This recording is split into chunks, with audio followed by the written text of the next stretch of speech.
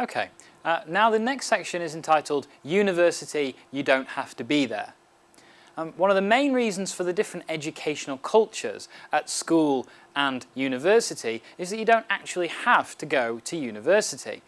Now, I realise that many people are put under peer pressure and parent pressure to go, but at the same time there is also a financial disincentive in the form of tuition fees. In short, you should only go to university if you think that you will actually get something from the experience that will benefit your future life.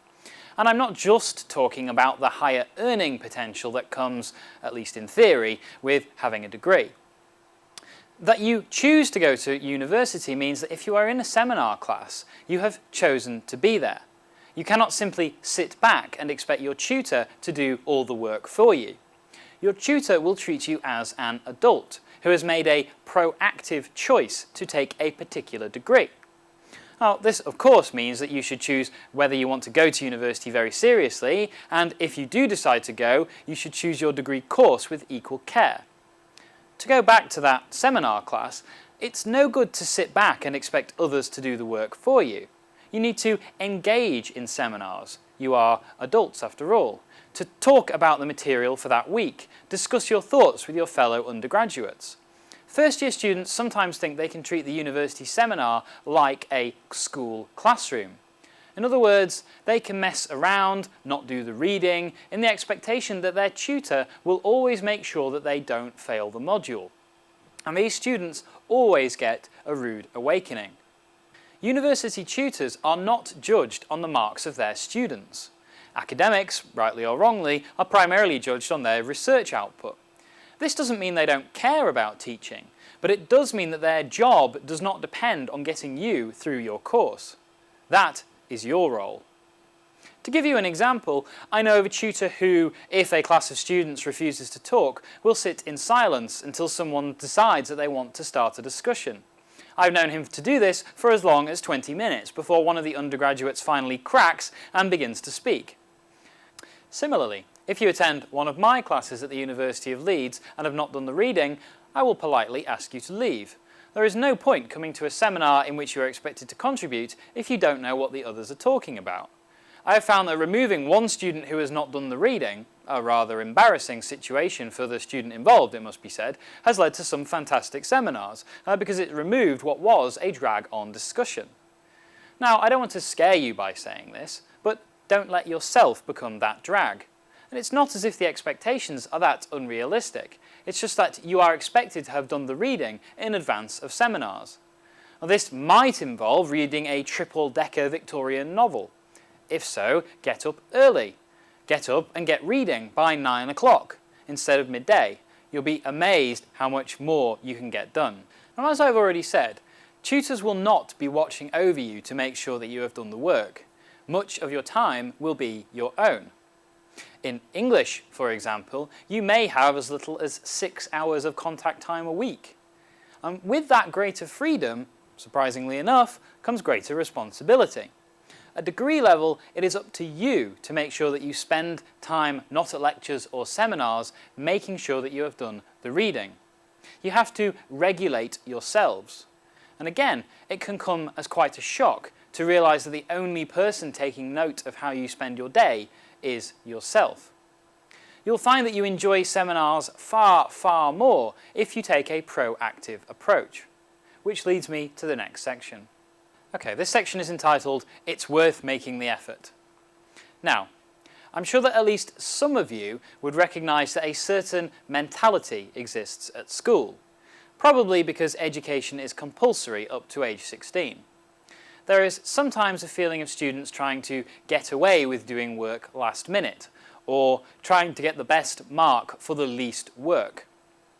I think it's reasonable to say that this attitude does not entirely disappear at the beginning of someone's degree. Now, I'm going to admit something that I probably shouldn't admit. If you are bright, it probably is possible for you to cram your essays at the last minute and not to do awfully, which for most people probably means a 2-2 or a low 2-1. And some people even take a bizarre kind of pride in this. Hopefully a lot of you are now thinking, well, I would never do that, in which case what I'm about to say doesn't really apply to you.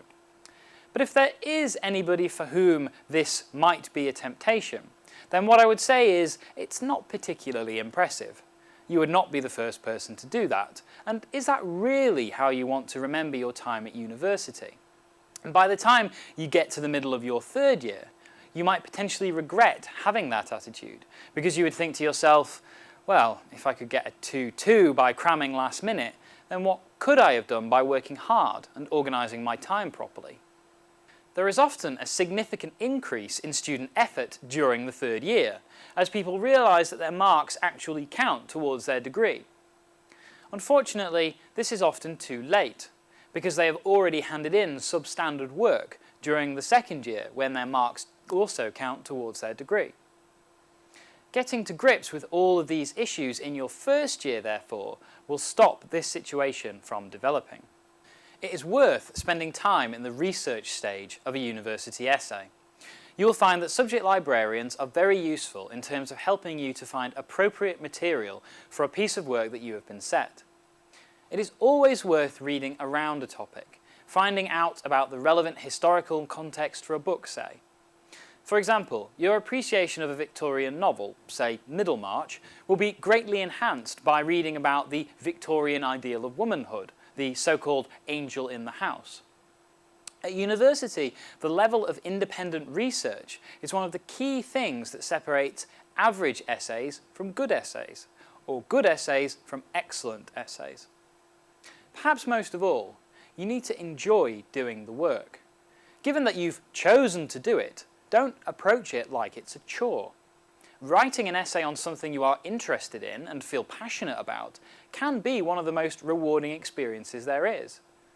Well, in so much of our lives, we are encouraged not to think. In your university work, that is exactly what you're being asked to do. And I hope this doesn't make me sound too much like a hippie, but given that abstract thought is one of the things that separates humans from most other animals, we are in a way asking you to become fully human. We are giving you the opportunity to give some direction and some focus to what might otherwise be quite scattered thoughts about the world or about a particular novel, say. If that isn't something you should enjoy, then I don't know what is. Now, this section is entitled University is a Once-in-a-Lifetime Opportunity.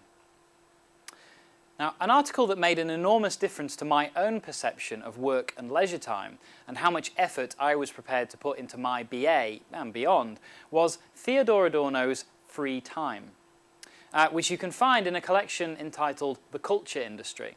Now, this article is only 9 pages long, but it is quite hard going, so I'm going to summarise it for you so that you might make use of some of its insight.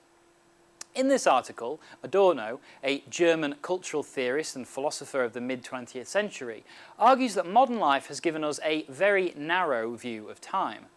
He says that in modern capitalist society, we only have 2 basic modes of living.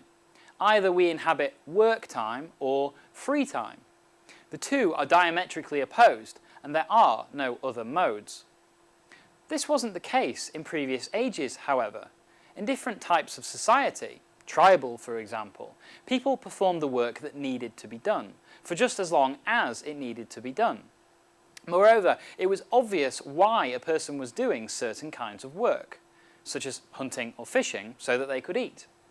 Nowadays, however, we often do things simply because we are told to, in offices, factories, shops, or, I would add, in school. It's not always obvious to us why we are performing a particular task, other than that we will not be paid if we don't, or because we'll get a bad mark or a bad report. Adorno argues that we've come to see work, or labour, as unfree time. Now, unfree time is time that is not our own, time that we give up to others. During work or at school, we direct our energy and brain power into doing the bidding of other people. And since we don't really care about the work, we are alienated from it, and it requires a huge effort on our part just to get it done. I'm sure you've all sat through classes that felt exactly like this. As a result of this alienation, we are typically exhausted when we finish work. You might know what I mean if you've ever looked at people's faces as they drive past you on the motorway during the evening rush hour, or if you've ever been on a train and watched crowds of tired-looking people slumped in their seats at the end of the working day. Now, says Adorno, the time we spend not at work or school we have come to see as free time. Since it is the opposite of work, free time is our time, to do with as we like. He says that we tend to do the most brainless, pointless activities during our free time, simply because it is the opposite of what we are forced to do at work or school. We spend our free time doing the most trivial things, such as watching endless hours of television or playing on Facebook, because all we want to do is to switch our brains off, to give them a rest after a hard day at work. For Adorno, this is a terrible situation. It means that all of the day when we have mental and physical energy, we spend doing what others tell us to do. And when our time is our own, we simply switch off. Now, Adorno is a Marxist, and so he would say that we need to change society so that this sharp division of free and unfree time doesn't happen in the first place. Now, until this happens, or in case it does not, we need to find a way to stop this situation from occurring in our individual lives. Adorno claims to have been able to erase the binary between work and free time in his own life. For him, this distinction simply makes no sense. Now, this is a quote from Adorno. He says, quote, "I have no hobby. Not that I am the kind of workaholic who is incapable of doing anything with his time but applying himself to the required task, but as far as my activities beyond the bounds of my recognized profession are concerned, I take them all, without exception, very seriously." End quote. Although he doesn't say it, in a way Adorno is making an argument for trying to make your hobby your job, or at least for trying to live a life in which your work is not so alienating that it requires you to switch off your brain every evening once it is finished. Well, how does all this relate to university? In a very straightforward way. University is an opportunity to discover what you are really passionate about. It is a chance to find out what most fascinates you about life. More practically, if you do well in your studies, it presents a chance to make your hobby your job. If you discover that you love archaeology, say, then you will have a chance to be an archaeologist. If you love philosophy, perhaps you'll become a philosopher. If, like me, you love thinking and talking about books, then you might wish to devote your life to that. This might mean that you don't end up with a normal 9-to-5 existence, but it will ultimately be much more satisfying. Yet there is even more to it than this. You will be at university for at least 3 years, which probably seems like a long time, but really it isn't.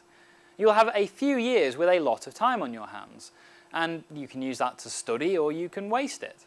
After that, you will leave university and probably enter the world of full-time employment, and as such, not have the same amount of free time. You might end up looking back at your university years with a degree of envy. So you should make the most of your university years. Use them. Use them to develop yourselves as critical thinkers. Put in the work, even if that means working on stuff that is not actually the required reading for any of your courses. You will have a golden opportunity to explore unfamiliar avenues of thought, to test yourselves, to learn about the world, to become challenging, well-rounded individuals with an impressive set of critical skills. And if you can gain skills of independent critical thinking, then I guarantee that you will be able to apply these to almost every aspect of your life, not just in your paid work, and that you will never look back. You might even use these skills in your everyday life to examine the world around you with a more critical eye, including the things that you are told by the powers that be. To return to the Matrix for a second, you will have taken the red pill, and like Neo, you will never regret it. Or, if Socrates is correct when he famously said that the unexamined life is not worth living, then university is an opportunity to make your life truly worthwhile. I hope I've shown that the benefits of a good university education can be great and numerous, but only if you go there with the right attitude. University is a once-in-a-lifetime opportunity. Please, make sure that you don't waste it.